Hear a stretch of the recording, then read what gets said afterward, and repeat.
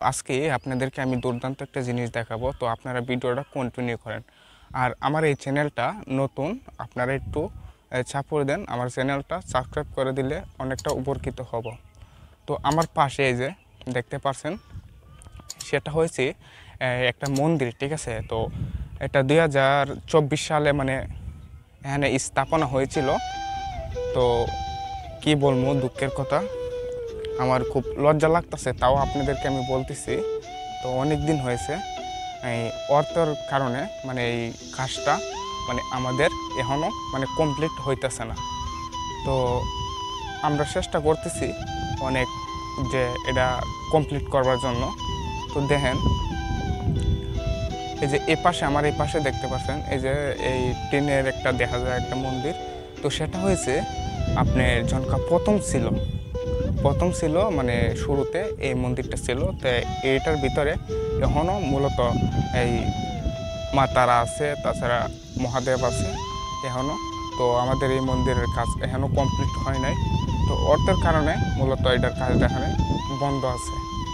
তো আমি জানি না আপনারা ভিডিওটা কীরকম চোখে দেখবেন। তো আমি ভিডিওটা করতে চাচ্ছিলাম না, তো আমার মন কেন জানি বলতেছে যে ভিডিওটা আমি একটা কন্টিনিউ করি। আর প্লিজ আপনারা আমাকে ছোটো চোখে দেখবেন না, আপনাদের একটু ভালোবাসা পাইতাম, এটাই আমার বলা।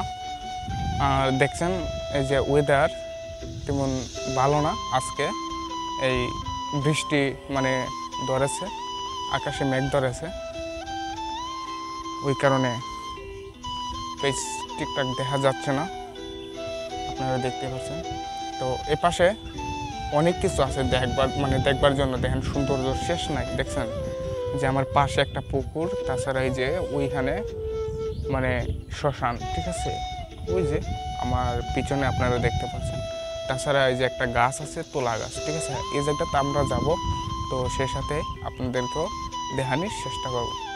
দেখছেন এই জায়গাটা মানে খুবই সুন্দর। এই যে দেখেন একটা পুকুর, এই পুকুরটা মূলত বর্তমানে এখনকার মানে এই মন্দিরের আন্ডারে নাই, সরকারি প্রতিষ্ঠানও গেছে। যদি পুকুরটা এই মন্দিরের এই আওতায় থাকতো, তাহলে মানে আমাদের মন্দিরটা এই খুবই শীঘ্রই মানে হয়ে যেত, মানে কাজটা সম্পূর্ণ।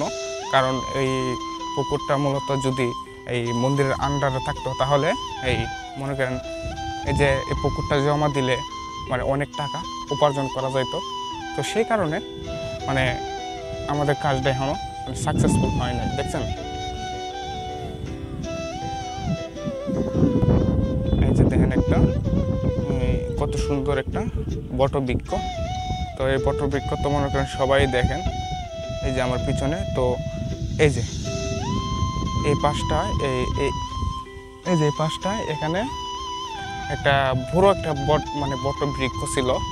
তো কিছুদিন আগে হয়েছে কি, এই বড় একটা ঝড় তুফান আইছিল, সেই তুফানে মানে এটা ভাঙ্গিয়া নিয়ে এই যে এই পুকুরের মধ্যে না ফালাই দিছে। সেই কারণে ওইটার পরিবর্তে একটা নতুন গাছ মানে আমার পিছনে দেখতে পাচ্ছেন সেটা লাগানো হয়েছে।